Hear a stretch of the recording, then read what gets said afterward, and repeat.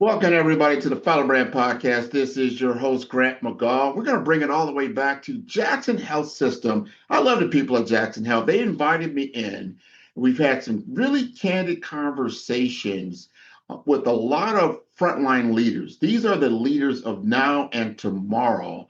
And I'm always curious about healthcare. I'm always curious about healthcare leadership. And I wanted to really share some stories with everybody because these particular leaders have gone through my Brave framework and they've come across their own unique experiences about how this was impactful for them, how they can use it going forward to help them on their career journey. So first, I'd like to get you introduced to Mr. Alexander, the Mayor Fernandez. Alexander, would you like to introduce yourself? Hi, Grant. Thank you for having me on your show. My name is Alex Fernandez. I'm a corporate director here at Jackson Memorial Hospital, Health System, sorry. I'm in charge of nursing operations for the system, and I'm glad to be a part of your show and you're part of your course. Thank you for having me. Now, thank you. Thank you. We had 4 to 5 weeks together in which you shared some things with me. We shared with each other, actually, about your journey, about what you're doing. Now, I want to ask you this. We're going to kind of jump right in, right? And I want you to share your journey from frontline nursing to becoming an operational leader. Can you give us some context around that?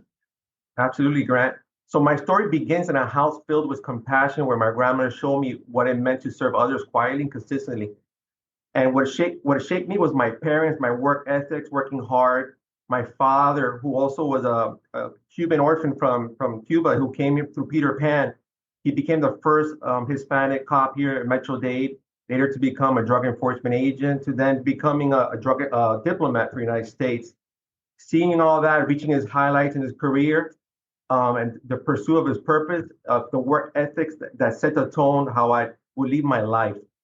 By entering nursing, for me, I embarked in the nursing career. I carried the nurturing qualities of my grandmother, which modeled through my parents and persistent work ethics to commitment to higher education. With that deep belief and continuous growth, I dedicated myself and advancing brand.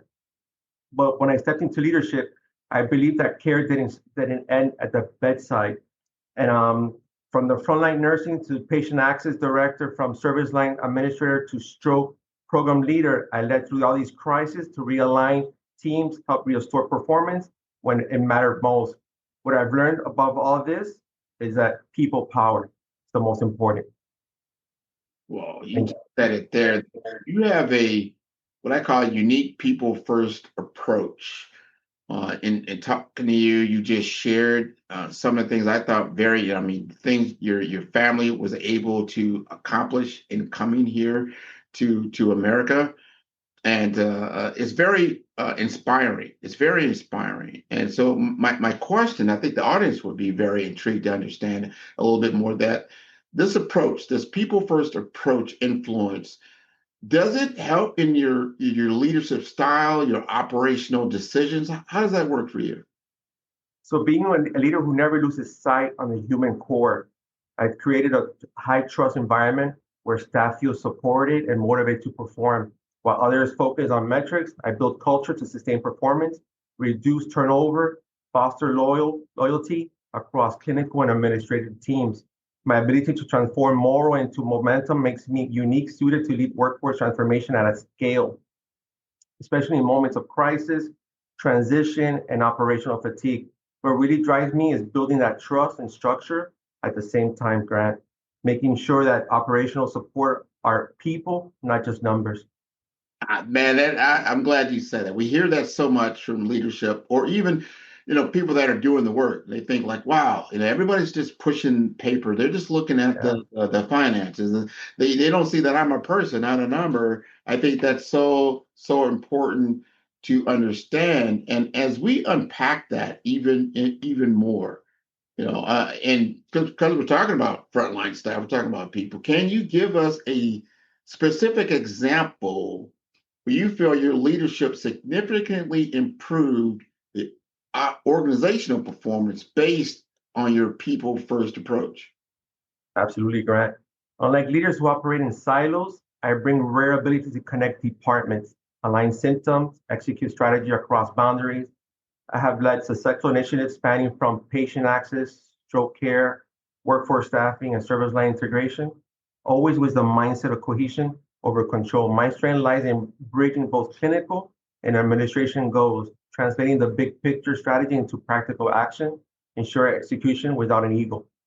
Well, this makes me the operator that executives trust when multiple parts must move as one, Mhm. and when healthcare systems need both speed and stability, right? That's important. Thank you for about speed, ability. You're executing, but at the same time, you got to balance compassion, right? You got to be compassionate because what you're doing in a high pressure healthcare environment is very, very important. So I want to understand, I mean, how do you keep that balance, in with strategic execution? Because you've got your orders from people that you serve, and then you're serving people on your team, they're serving you and what you want to accomplish. I want to understand how you balance that compassion with strategic execution in these high pressure healthcare environments. In today's dynamic healthcare landscape, my role plays a pivotal role in aligning clinical delivery, operational efficiency, and enterprise strategy to meet escalation demands and high quality. Value-based care in today's high-pressure environment, one must lead through the complexity of precision and agility, transitioning vision into executional, while building scalable systems that improve outcomes, cost control, elevate patients, and staff experience. Like success in my role demands mastery and cross-functional leadership, Mhm. data-driven decision making, the workforce integration across diverse service line, especially leveraging technology is on the technology, right?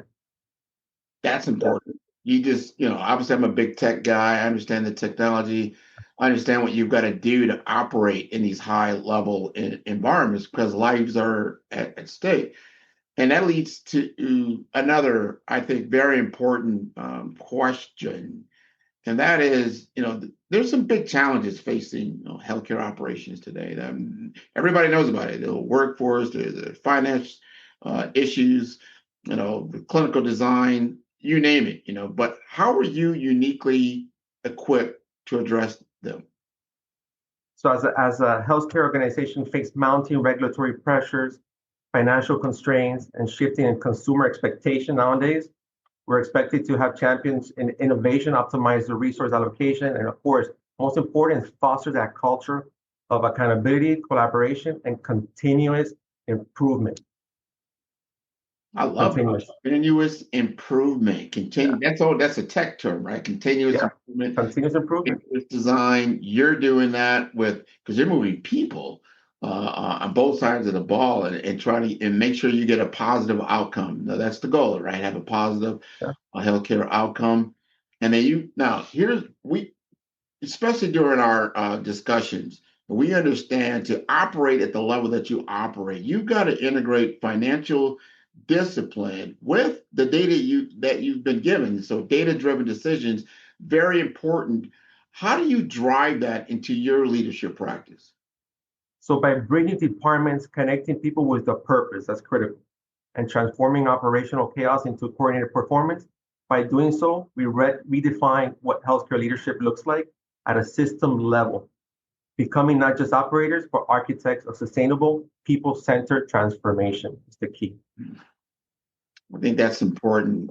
Now you're bringing up a lot of the technical and tactical aspects of what you do. I want you to help because a lot of people don't understand. They understand what a doctor does. They understand what a nurse does, to a certain degree. But help us understand from a COO level. I'm going to, if you were Mhm. operations officer, describe me a scenario where you successfully navigated organizational change, or it could have been a change or a transformation. Can you give us a description? Absolutely, Grant. So I was selected to lead a system-wide technology implementation that impacted every level of my organization, from frontline staff to executive leadership. My role was to spearhead this deployment of technology across clinical providers and ancillary departments, ensuring seamless integration and adoption. This initiative required organizational awareness, extensive planning, strategic communication to gain staff buy-in, which is critical. Mhm. Multiple meetings were held to support this implementation, along with essential resources to facilitate this transition. None of this would have been possible without the dedication and collaboration of my team and senior leadership support. Over a course of a year, we were successful implementing this technology across both inpatient and outpatient facilities. Our success was driven by careful planning, teamwork, and shared commitment at the operational level.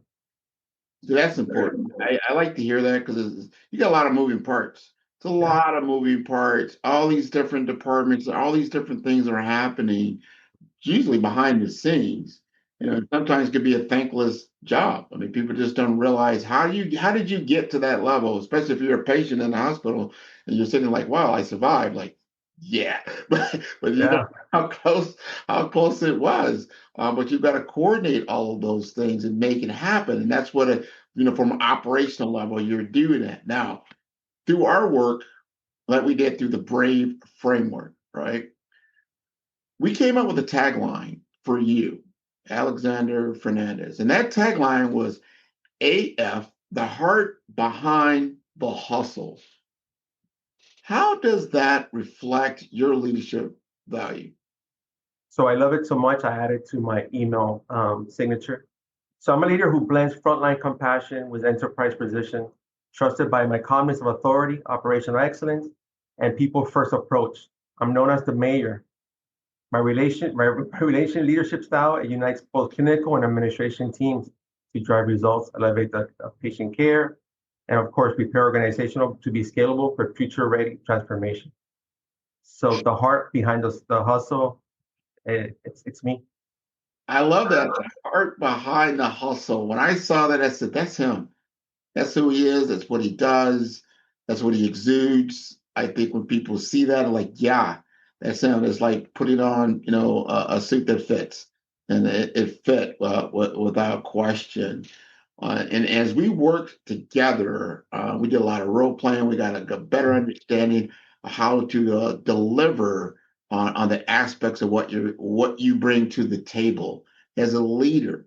I want you to help us understand from your lens, what role do you feel that mentorship plays in your leadership strategy, both from a personal level and also for your teams? So from a personal level, along the way, I was fortunate to have a CEO who recognized my potential and took the time to mentor me, Grant, helping me navigate challenges and honing on my skills. His guidance shaped me into the person I am as a person, as a leader, and today as a compassionate caregiver determined for professional and advocate for growth and development. From both nursing to leadership position, every step was a reflection of my traits instilled in me by my family and by my mentor. Due to that, in my gratitude for his mentorship and wisdom I have received, I'm committed to giving back passionately to mentorship and nurturing others to growth and helping them to reach their goals. Through this cycle of support and empowerment, I continue to honor his legacy of those who inspired me and shaped my journey.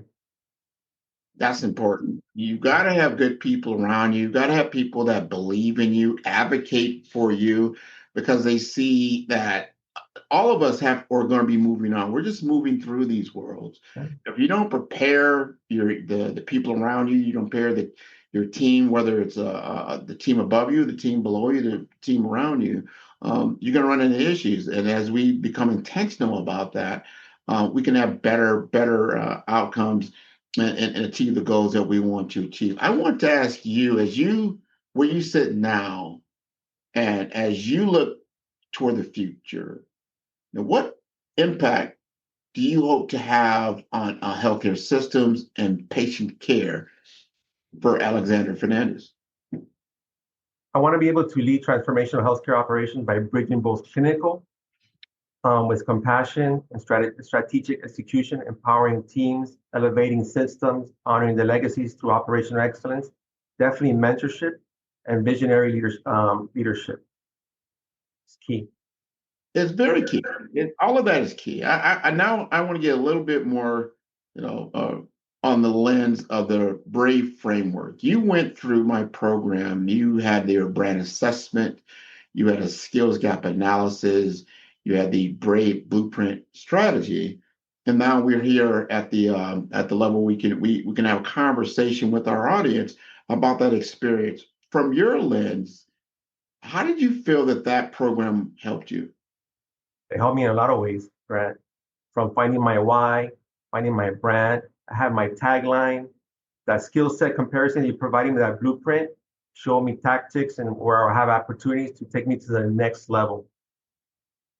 Highly Well, recommended.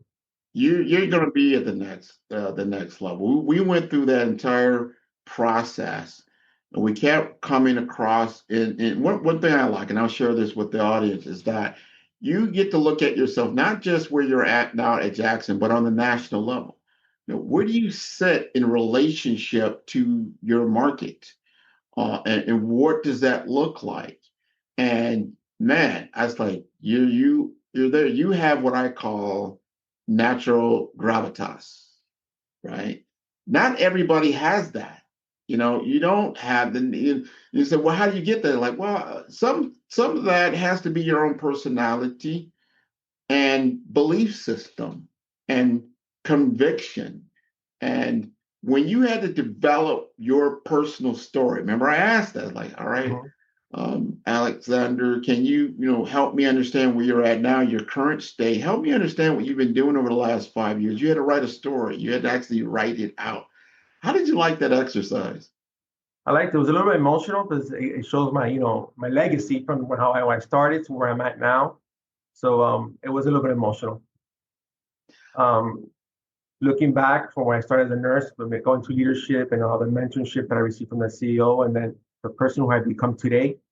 Um, yeah, Quick so question. I still pitch myself, Grant, so, Well, and keeping myself humble at the same time. and that's you have that humility. And we always say, well, and it's always good. And I worked with a lot of different people, but sometimes because you're moving so fast on your day to Yeah. day, week to week, month to month, quarter to quarter, that you don't always get a chance to reflect and look back at your whole journey, right? What has that journey been?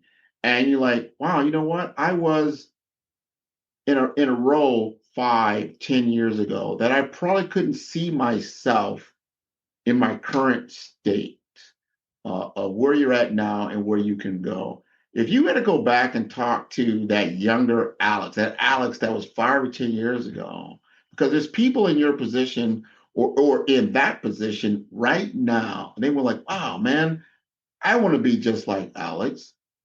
What would you suggest some things that you felt would be very beneficial for them? Two things, Grant. Definitely get a mentor, and number two, don't have the fear. Go forward. Yeah, The impact that we have on others is the most important thing. Move forward. that whole confidence world, as you said earlier, like as you get another, step up the rung, let's say, you get that another step, and then you always have that, and this happens even at the CEO level or board level. There's that moment of, can I do this job? People call it now imposter syndrome. I don't really like the term imposter, like you feel like you're not who you're supposed to be. But no matter what, everybody gets butterflies when they're about to do something new, You. Yeah. right? Right. But the only way to get, at least for me, the only way I get confidence is by doing it. At first, I have to rehearse it. I've got to like get my juices going. And then when I get out there, you can really, let the engine go. You're like, we're down Miami, right? You got to get the boat on plane and you Yeah. got to get it going. And then, you're flying out there, right? Right? Right? I Right. want to be very honest because we had this conversation a little early, like, Grant, I'm a little nervous. I'm good. I'm gonna be on the podcast. I'm gonna be talking to people. I'm just not sure. But here we are getting toward the end. You're motorboating now, right? Right? You're Yeah. I'm planning now. you're up on plane. You're up Yeah. on plane. You got the confidence. Talk to us about how do you gain that confidence for yourself?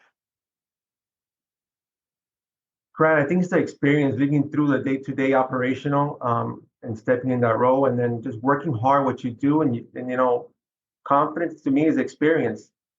Um, that's the bottom line. It's not that I'm smarter; it's just that I've been exposed to that to that role or that job or that project and building that experience, that's what builds confidence. Love that. And you're starting to take on some high level, high visible projects now. People are seeing you. Now, do you're feeling confident? Like you can sit in the boardroom with the board. You can sit in the room with the C-suite executive because they're coming to you about operational, situational awareness, I guess, that you have that others maybe not have, but they feel confident that you can get the job done. That's gotta be a good feeling, right? It is. At first, it's scary. I'm not gonna lie to you, but I don't let fear stop me, like I mentioned.